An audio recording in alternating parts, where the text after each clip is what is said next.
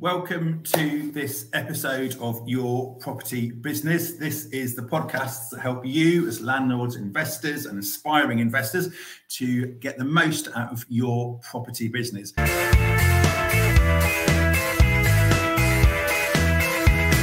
And we interview people who are involved in the property sector, who are beginning and middle or end of their journey, to provide insights that would help you, the audience, to get the most out of your own property business. And today I'm delighted to be speaking to you with Taylor Terry. He's a 34-year-old IT manager and property investor in Norwich. He started his property journey about 10 years ago when he invested in a buy-to-let property, and then slightly more unusually, since then, jumped into a self-build project. Now, I know it's something that people often want to do, and I do hear that it can be quite scary and quite a big undertaking. However, Taylor did that and he successfully completed it, and since then is going on to build his own portfolio and currently down the HMO route. So delighted to speak to Taylor, talk to him about why property, the challenges he's faced and where he wants to go in his journey. And if you have any questions, please do get in touch with him over email in due course. So without further ado, I'm going to invite Taylor to the stage and we'll have a chat. Hi, Taylor, how are you? Morning, Chris. Very well, thank you. Good. Thanks for joining on a Saturday morning.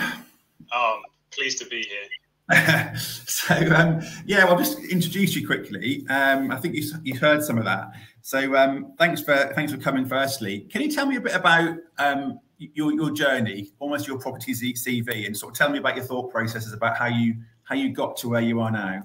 Yeah, absolutely. Thank you. You mentioned I started 10 years ago. It was well over 10 years ago. Okay. So I was very fortunate that this is going way back now, when I turned 18, I was very fortunate that I had a savings account mature. And it's not huge, you know, we're talking, it was a little over 10 grand, I think it was. And at the time, my parents were really, they allowed my siblings and I to kind of use that money how we wanted. We had free reign. Yeah. And they encouraged us. They said, if you want to buy a property with it, if you want to buy a house, we will help you. We will help you with the process, as in finding something, helping you through the purchase, the conveyancing, and then getting it set up as a buy-to-let. And but the catch was we had to pay for everything. So at 18, I was out to work, and I said, yeah, I didn't fancy going on a holiday. I don't really care too much about fancy cars.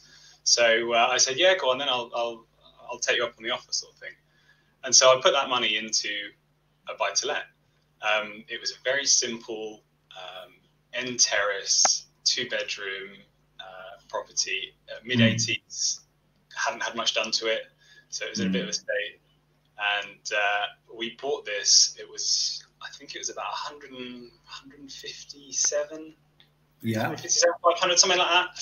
Around about that. Mm-hmm. So it was a little while ago, in a really lovely area, I might add, very close to where our family home was at the time. And with that then became a buy-to-let. We didn't do a huge amount to it. We got it set up, very, very quickly, and it let out instantaneously due to the area. And it sat there for probably about 4 years or so, just a very simple buy-to-let ticking over, until it came to time when my wife and I, then girlfriend, wanted to move out. We'd both finished university. We wanted to move out, and so we had to, unfortunately, politely ask the tenants to leave, and then refurbished it to a really high standard. Obviously, we were going to live there, so this was not your typical, your typical job. We took out a wall to open up some of the space. It wasn't quite back to brick, but it was close to it. And we refurbished the entire property to a really high standard, and then moved in and lived there for about, again, 4 or 5 years or so. And it then came to the point where we were looking for a slightly bigger property, and this self-build opportunity came up, and we saw it and almost wrote it off as like, that's not something we were even considering. It wasn't even on our radar. but the more we thought about it, we were like, well, we've done one refurbishment, you know, this is just a bit bigger. How hard can it be? And just little by little, we sort of convinced ourselves that, yeah, maybe we could do it. Started making some inquiries, and, you know, and then we looked at kind of the equity we had managed to accrue in the previous property, having bought it a long time ago, and also having done the work to push up the value. Yeah. And then sort of looked like the numbers might stack up. Like if we could get the lending, and if we pooled our resources from the equity we had and the savings we had, it meant that we could maybe just make this self-build thing work. And that's exactly what we did. So it was a very, very long process to buy the plot and to complete the works. But the end result is what you see around me. This is it. That is now our residential.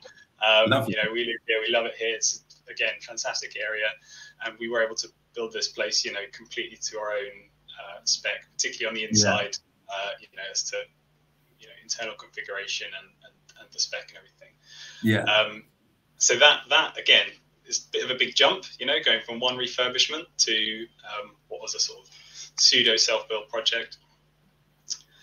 And since then, you know, we focused on sort of raising a family, and that has then been the next kind of catalyst, if you like, in terms of doing the next bit. So the next bit is now, you know, I'm really keen to build out our buy-to-let portfolio to a more substantial part of our wealth, our income. After having seen, you know, seeing my two boys staring back at me, and I'm thinking, my goodness, if it was hard now, what on earth is it going to be like when my boys are 18? Yeah. And that really is the motivation to now scale up, and that's why we're now, I'm pleased to say, we're in the process of acquiring our next project, which, like you mentioned, is going to be an HMO. Really exciting. That was exactly what I was looking for in terms of the next, you know, type of property, what strategy we were going to go for. Yeah. Was to look for an HMO that was ticks all of the boxes, and this absolutely does that. Really excited. I'm hopeful that, you know, in a few months' time, I'll be able to share more about that project once the purchase goes through. Looking forward to seeing the photos and videos. I'm sure that'll be publicised somewhere. That'll be really, fantastic. Really, I've got a couple of thoughts that's in my mind. So going back to the 18-year-old with a little bit of money to do something with, it feels to me that's slightly unusual for you to buy a property. So what was it that made you do that and not buy something else? To go out party. Yeah. Why? Yeah. Why even consider that? Where did that mentality come from? How did you get in that in your head? So I have to thank my parents. Like, I can't take too much credit when really I was an 18-year-old. You know, 18-year-olds are like, you can barely get out of bed in the morning, let alone, you know, go and go buy a property. Yeah. They had purchased buy-to-lets in the past. Again, nothing too fancy, really plain vanilla buy-to-lets. And nothing where you would look at it these days. If you were a seasoned property investor, you would look at that and you would probably say that's not a great investment. Like, it's not a very good ROI. There's not a huge amount you can do to push up value, and there's not a huge amount you can do to cash flow those properties to, you know, cover your rent and to generate an income. For the most part, their aim was to buy properties and have the mortgages paid off over 15, 20 years. You know, very, very simple, very low risk, and the type of properties they bought absolutely reflected that. And I'd seen that. So I'd seen what they had done. Again, not on a huge scale, but I'd seen it work. And then it came around to the point where, okay, suddenly now I'm eligible to receive lending. That was the key thing, is turning 18. I'm eligible for lending and I've got an income. And so suddenly it was like, okay, well, now you can do this if you want to. You know, they advise it as relatively safe idea. But the downside, certainly from my perspective, was that I bought that place in 2007. It was, yeah, I think it was 2007.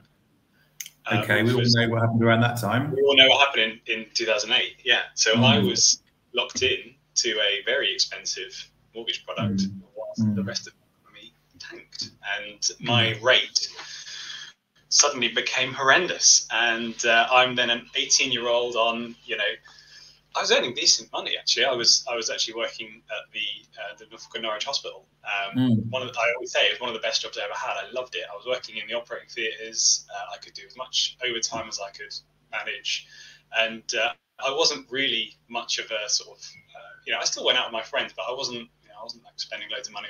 I've never been a drinker. I'm teetotal. This sounds pretty boring, but it's just, you know, for no other reason other than I'm not really that bothered about alcohol.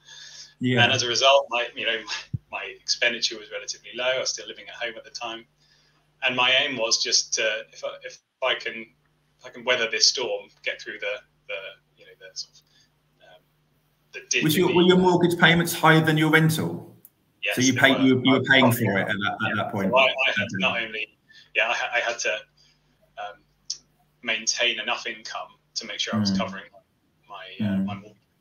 And that was quite scary, you know, as an 18-year-old. I think that certainly changed my mentality slightly from, oh, this is just something I'm doing, to, okay, this is something I'm going to have to do. I think there's a lot of people that might be sort of coming up to that point now, maybe having to learn that lesson later.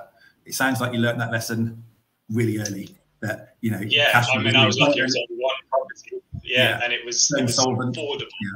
In that sense. So I was able to cover my payments. I didn't, you know, the bank didn't come knocking on my door trying to repossess me or anything like that. I was able to cover it, but it took a lot of hard work. You know, I was really sort of focused on getting out there, earning enough money to make sure I was, you know, covering my mortgage and having some cash to live on as well. And that was a really good motivator, funny enough.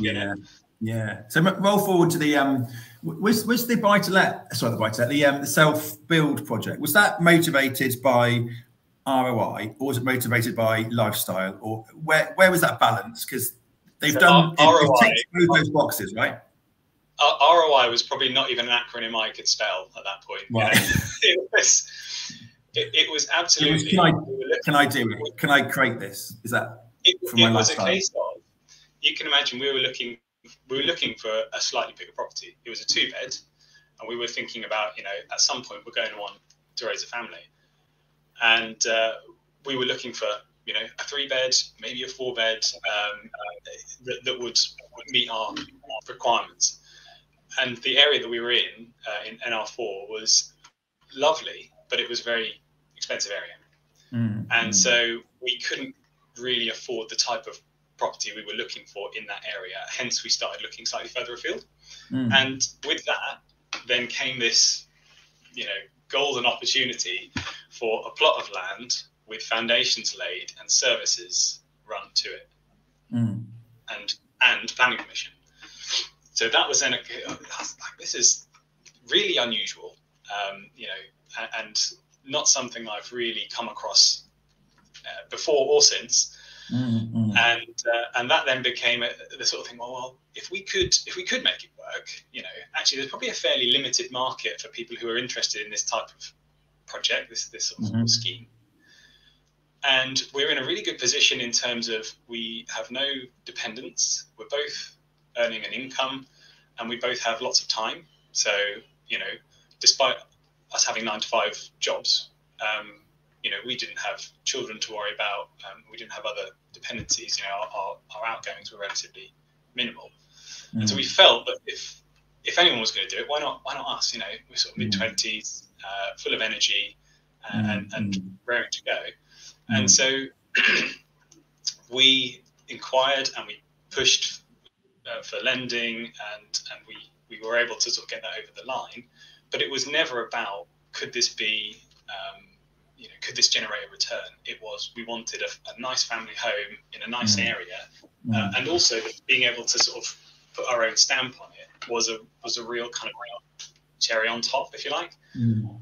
It just so happened that in doing so, we were able to generate equity as a result of having done. Do you think that was being in the market and inflation doing what it does, or do you think it was adding value because you started with something? Absolutely both. So when I look back now and I look at the time it took us to get the purchase through was over a year. So it was about 13 months from first inquiry with a lender to conveyancing complete and contracts exchanged and title handed over to us, essentially.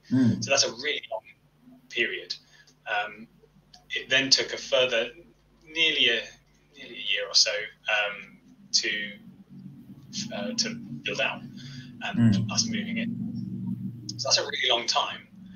Obviously, during that time, we had agreed a price for the land purchase, and we had done a lot of the work ourselves where possible, as well as kind of arranging other trades ourselves again where possible, in order to keep the costs down, because we genuinely had a very tight budget, but we had plenty of time. You know, so you'll remember in my presentation where I was talking about jumping in the party bus and going and picking up lengths of worktop. So we had time to do. If that saved us 250 quid, or sometimes more in many cases, you know, instead we were paying for the half a day and a tank of fuel to go and pick up, you know, some nice worktops wherever. We could do that. We could afford to do that. We did all of that work, and the end result was a really high quality finish because we're doing it. And because of the nature of the project, the time it took, and the market when we came out of it, which was what year was it? What were the when did you that 2 year? What was that 2 year period from offer to completed? We moved in late 2018. Completion certificate wasn't issued until a little while after that, sort of like May the following year. At which point, it was official that the dwelling was finished, and the dwelling was complete, and building control had signed it off as a habitable dwelling, which was a real turning point. That was a real, you know, sort of, pat on the back that you've done it. So yeah, much stronger market than today. Unfortunately, we're now in November 23, so it's slightly different. It doesn't feel. I can't quite recall the sort of the property graphs during that 2 year period, but it doesn't. I mean, was it a massively high growth period, or was it just you know, standard 3 to 5% or whatever number is? Because I will say that the difference is probably not just in property prices. I think actually in Norfolk, property prices have remained relatively stable. I don't think we've taken a huge hit or a massive correction. But certainly in regards to lending, so the lending situation was very different. To give you some context, the rate that we paid for our development finance, which was actually that's not quite bridging, but it's similar-ish in the same sense. You know, you're getting a cash payout to do the works, and that's released in stages. It's quite high risk for the lender, obviously, because they're lending you on the basis that you will complete the works, not that there's something there to lend against, other than, like I say, some earth and a few blocks in the ground. And our rate, I think we paid about 5.5% on that, maybe between 5 on the development finance. Which again, that was high. That was considered high risk and a high rate to pay for that type of finance. Whereas now, I'm getting a similar rate on the HMO that I'm purchasing, which is, you know, it's a very different landscape now. So that on that basis alone, it's a much more difficult proposition to look at doing that now. If you were to try and make the numbers stack up based on the cost of finance, unfortunately. Okay. So I guess you had that finance for a decent period of time, didn't you? Because if it was a relatively long build, or it would have cost more because of that. But the tie-up is that you're not paying people to do it. Exactly. So we were paying for finance costs throughout, but it was obviously far less impactful than if we had, you know, had to pay cash or had to get a bridge for the entire thing, because we were purchasing a plot of land. Obviously, that cost is much less than if you were buying an entire property that already exists. You know, we actually we were paying a smaller deposit amount and getting a smaller loan, and paying far less in stamp duty, because the cost of the purchase was essentially half, because you're only paying for the land. So yeah, that was what it was. Yeah, no, smashing. Talk me through some of the sort of the challenges that you had. I mean, I guess it's a long process, but I'm not able to cover it all. But how do you, from a point of not knowing how to build a house, which is most people's position, including mine, how did you start from no knowledge to actually making it happen, and what various challenges that you don't know that happened in between? So I'll just start by saying that is half the reason I'm here, is because I want to demonstrate how much it is possible to achieve, even if you are starting from a position of relatively minimal knowledge, because that is absolutely the position we were in when we started. You know, we had done one refurb, which gave us a good understanding. You know, you learn by doing. So we got in there again. We got a hand steak for that one as well. Got stuck in, and we learned a lot. Obviously, doing a new build is a whole other step up, and there are a lot of other things to consider. But again, there is nothing that you can't figure out through Google, phone calls, and emails. If we didn't know something, or if we wanted to figure something out, we would speak to people who are doing it, or we would speak to the relevant organizational body who would be able to give us an answer. And I will actually give some credit to CNC Building Control, because actually they were really good. I know some people may complain about them, but actually we had an excellent experience with them.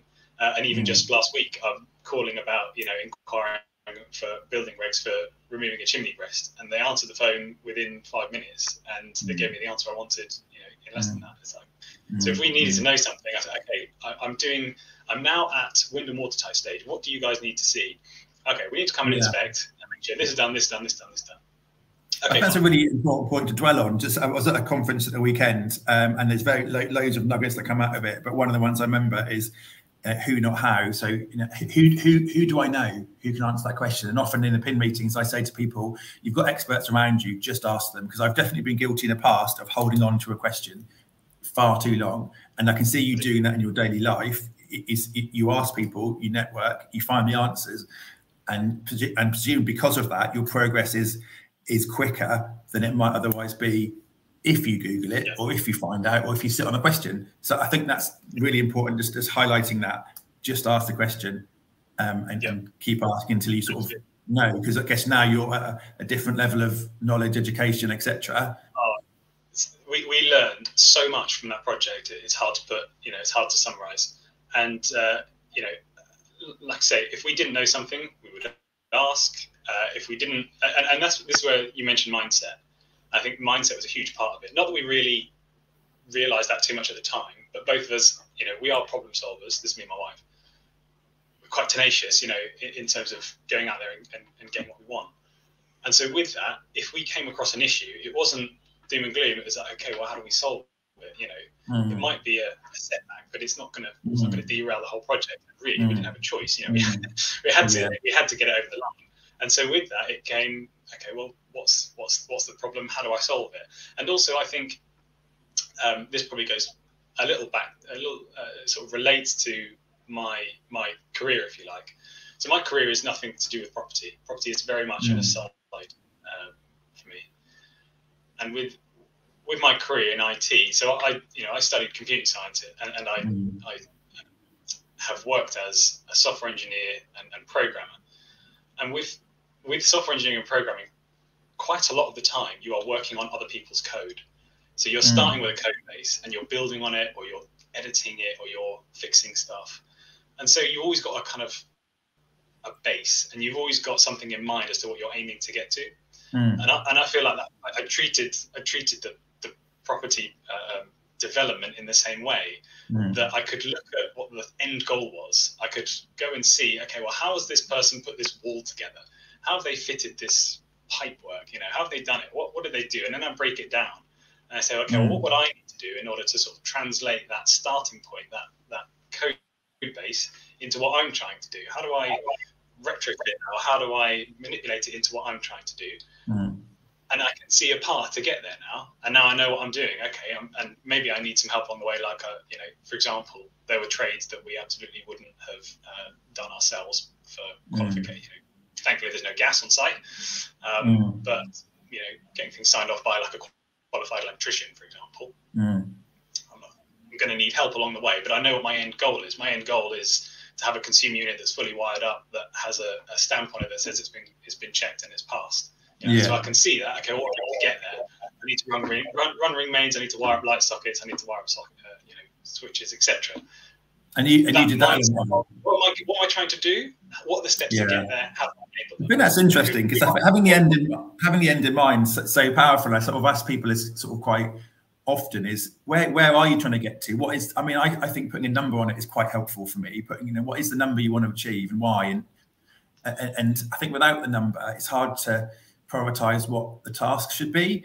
And like you say, without the end in mind, it's hard to, where do I go next? Well, anywhere you want. If you don't know where you're going, you can go literally wherever you want to do. So, and I think that's quite important. It sounds like you've always been fairly, like you say, driven towards the result and knowing what the result is. And I guess that might lead on to a different question, which, maybe we'll get there in a minute or two, but now what? I mean, I don't want to skip over the sort of self-build particularly, but you've done an investment, you've a place to live, and then you're chucking yourself into property in a quite heavy way from what I see you're doing. What is your kind of, where's your head at now with property, and what would that goal look like for you, and etc.? Sure. So it's a really simple answer for me, and that it kind of comes down to my boys. They're the motivation. They're the reason I'm doing what I'm doing. And it was a little over a year ago now. My motivation suddenly became, I would like to secure one property for each of them. That was where I started. That was, if you wanted to put a number on it, I wanted to have one property for each of them. And that isn't at all to hand over to them, to gift them in any way, shape or form. That was kind of, I set myself a realistic target. Okay, if I buy one property a year, that would be amazing. I'd be really happy with that. And if at the end of that, I have one property per child, like I've sort of met my initial goal. And so that became my motivation. And then it was a case of, okay, well, how am I going to achieve that? What do I need to do? Spent a lot of time educating myself, learning what I needed to know, and deciding on what approach I was going to take in order to get there. And actually, you did a very similar call with Mark Chester, fantastic bloke, Mark, if you're watching, and his approach to how you would break down what your end goal was and how you're going to get there. I found that really useful. He was actually one of the first people I spoke to when I started going to PIN, and that really kind of solidified. Okay, I have this very clear target to achieve for my kids, and they're a great motivator. Not only the challenge is, not only are they a great motivator, but they take up like all your time. So it makes it really hard. You bear in mind we're still working 9 to 5 and raising 2 young children at the same time. So it's a real challenge to try and do all of this stuff. It's primarily evenings and weekends. I can't sacrifice my 9 to 5. When does it become hard for you? When is the challenges to go, oh bugger it, I'm not going to look at Rightmove today, or I'm not going to call that agent? Or do you find there are moments that you think, oh, this is actually quite tough? Because when it's easy. You don't get value when things are easy, but it's just pushing through that. How have you been challenged? You hear a lot about, I'm sure you will hear Samuel Leeds tell you how easy it is. But at the same time, you may also hear somebody tell you that it's not easy, but it is simple.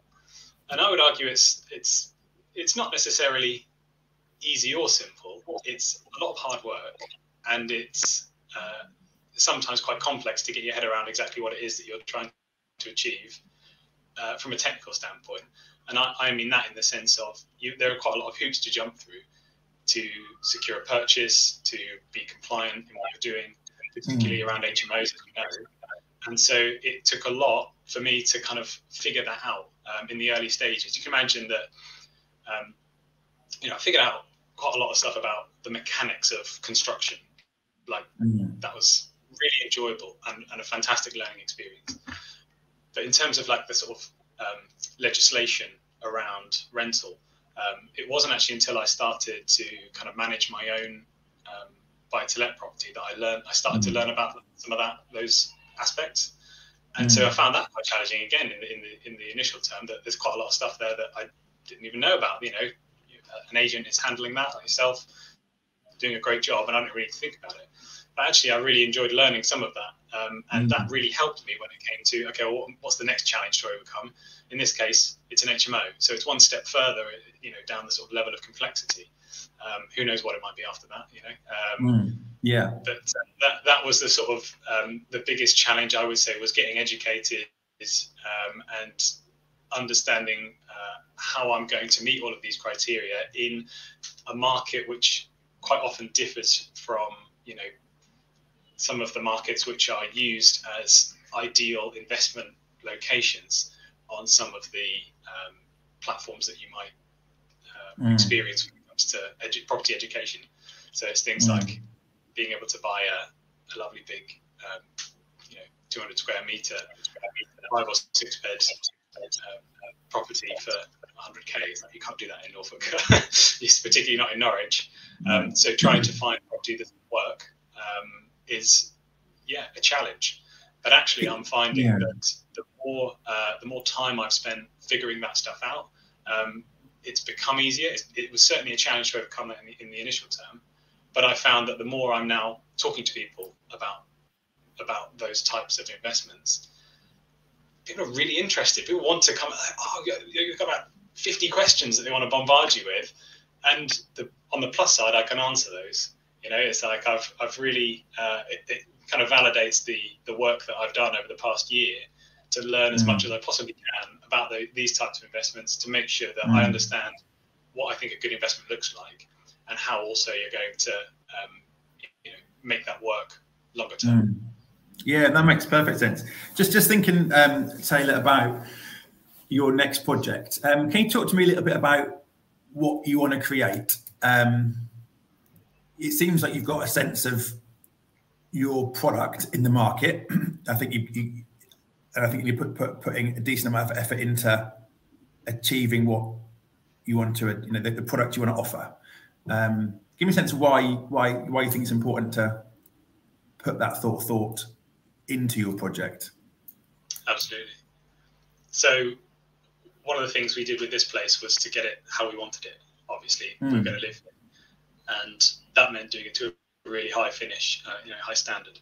That was a little bit more expensive, and I appreciate that when costing up a project, you can't always be quite so liberal with the amount of money you put towards the finish. That being said, there are absolutely things that you can do that are cost effective but really impactful when it comes to the end goal, the end result. And for me, I know I have a very clear vision as to what I want to achieve, particularly with this next project, but also I knew I wanted to do an HMO. I wouldn't have been particular around student or professional. In fact, I offered on several that would have been ideal as professional HMOs.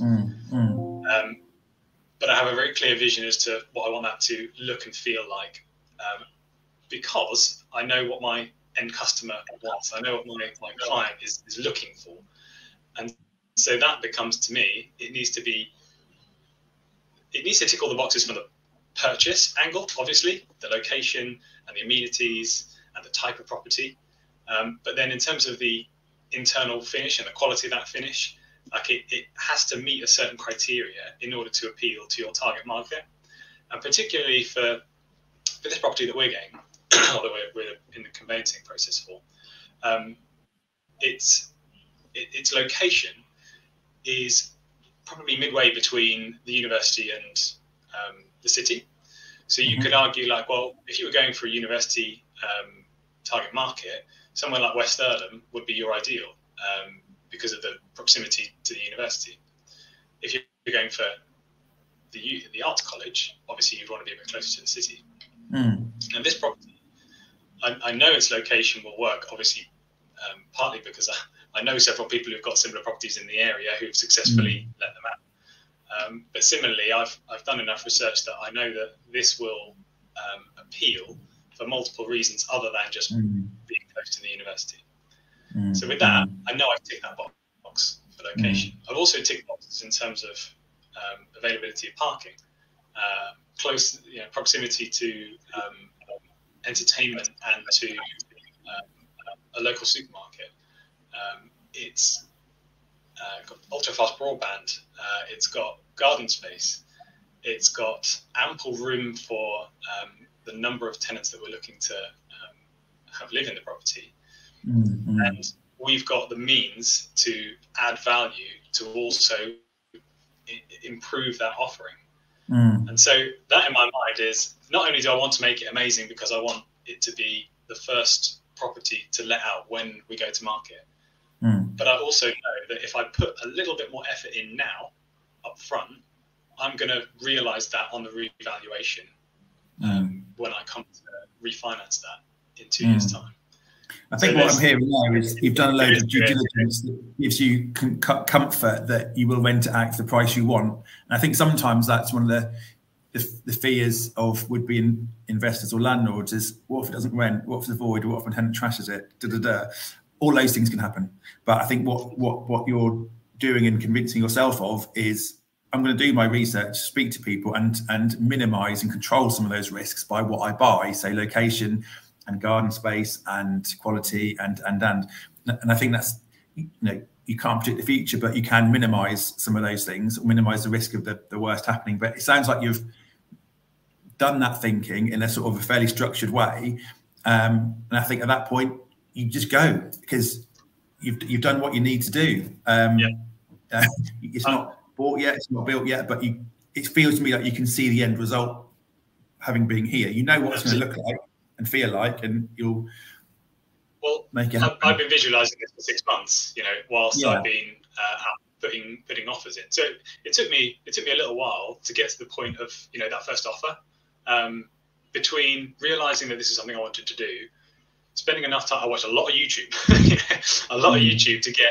to get a good understanding of the market, the approach, what to look for. Then I spent a lot of time reading documentation around regulations, and then it got to the point of spending a lot of time looking at properties physically, both virtually and physically. And yeah, absolutely, that all comes down to due diligence. I put together my own, I'm a programmer, so I put together my own tool for analysing deals. Obviously, it's a good pastime, but also really helpful in understanding what do people mean when they say return on capital employed? What do they mean when they say gross yield, net yield? What are they working that out based on? And so I can take those calcs, do it myself, and now I have got a really low level understanding of what all those figures mean, and that forms part of my due diligence. And the other thing, particularly with this project, or this first one, I say first, it's not our first, but it's our first one as Letterbox property. We have outside investment in this project, which is amazing. Like, that's a really strong position to be in. But with that then comes with additional criteria. So if it were just me, I might be more willing to accept a higher risk project, one where we would be higher leveraged. We would maybe take on additional lending to inject cash up front and realise a greater uplift. Those types of projects are harder to come by. They are higher risk, but they are obviously higher reward. If you're buying something at a reduced price due to its condition, or there are problems to solve, you're putting in the cash to solve those problems, and then realizing the benefit off the back of it. I might be okay with doing that, but I've got people who are investing money in this that I need everybody to be happy with it. And so it became a real meticulous process to make sure that I knew exactly what we were getting into, and that every property I offered on, which was probably in the region of about 9 or 10 properties where enough of our criteria that I was willing to put an offer in. And to get to the point of, if this comes back as a successful accepted offer, I'm 99% sure that we're unless anything comes up in the surveys or whatever, I'm very confident in what we're going into, and that I think has been really helpful with regards to then talking about this to others who are also looking to do something similar. Is that I've done enough research that any questions you might have, and my email's at the bottom, if you want to get in touch, if you want to have a chat about anything, you're unsure, you're interested in property investment, particularly in Norwich is my patch, come and chat to me, because I'll chat to anyone about it. I love talking to you. That's a really generous offer, and I think it sort of goes hand in hand with what we spoke about at the start, which was ask the question, find out from people who know more than you, and which you are one of those go-to people. I don't know. I certainly know more than I did a year ago. Yeah, I mean, you just got to know a bit more than the next guy, and then that to help them along. So I think that's a really generous offer, and I think anyone listening, I would take Taylor up on that. A coffee, as we often say in these circles, is a really helpful thing to do to move your network forward. Have a coffee, have a chat, and you'll learn more than you know more than you did when you went into the conversation. like we're both doing now. So thank you for that. Is there any sort of parting thoughts, Taylor, you want to leave the audience with, whether it's a mindset, a goal, or the practical aspects, or is what sort of your burning kind of takeaway from this, if you sort of consider the audience who's listening? My burning takeaway at the moment is I need to shut this blind because it's the sun's come out.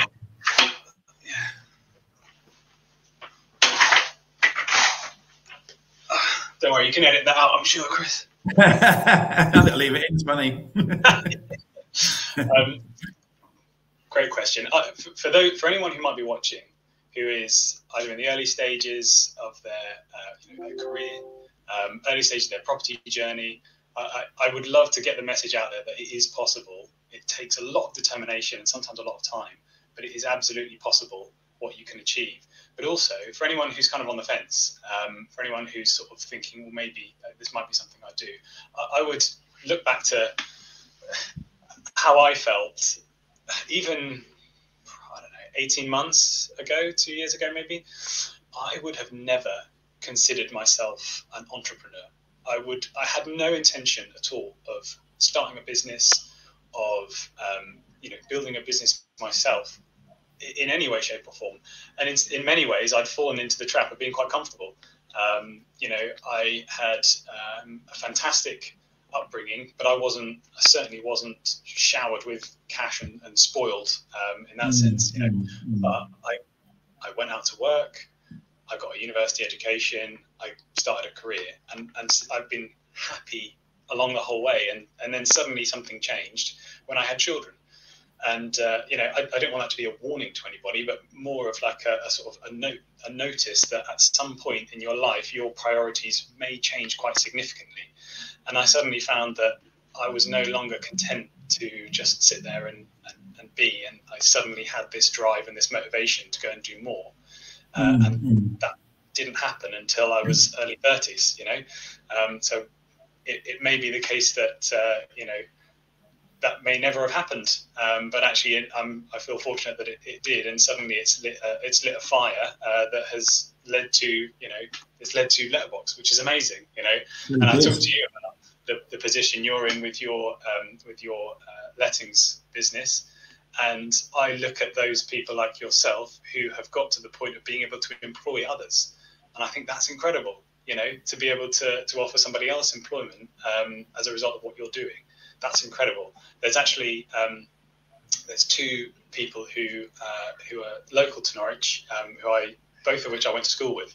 You'll know one of them is Chris Starkings from Starkington Watson. Yeah. So he and I went to school together. Now, obviously, I'm friends with him on Facebook. I live next door to his cousin. We're sort of, it's Norwich. What Norwich is like. When I saw he had started his own lettings agency, this is obviously many years ago, I didn't really think anything of it. I thought, that's pretty cool, good for him, sort of thing. And now I look at it with a completely different perspective of like, he's absolutely smashing it. Like that's inspirational that somebody who's, quote unquote, like me, has gone through a similar journey and they've started their own business, and not only that, but they're absolutely smashing it. Like, that's incredible. There's another person, her name's Laura Jennings. Again, went to school with her and Chris. We were all in the same class. This was many years ago. She along with a few other partners, has started a digital marketing agency, and they are now global. That's incredible. Like I look at that, and I hope if you're watching, guys, like the agency. What's it called? It's called Fountain Partnership. Oh, I know them. Yeah. Amazing success. Yeah, they're on Surrey Street. It's great because I work at the Surrey Street office, and I walk past every day. I walk past. I think, it's like, completely different mindset, outlook. To how I was a couple of years ago. Just didn't have any of that sort of entrepreneurial spirit or anything like that. Suddenly there it was. So if you're in that position, don't worry. It may be that at some point in your life things will change, and you will suddenly have that motivation to go out and do more with yourself, with your prospects, with your business, whatever it might be. Well, amazing. That's a fantastic way to end. That's a really, really positive statement, Taylor. Thank you very much indeed. I'm just going to sort of wrap up there, if that's okay. I would say to anyone listening, do take Taylor up on the kind offer of a coffee or an email or a chat. Your name will get after the conversation at the start. And just a final parting comment on this podcast: it is your property business. Do get the most out of it. Make it work for you. Like and subscribe to this podcast, and I look forward to seeing you all on the next episode. Thank you very much for tuning in. Take care. Cheers, Chris. Thank you.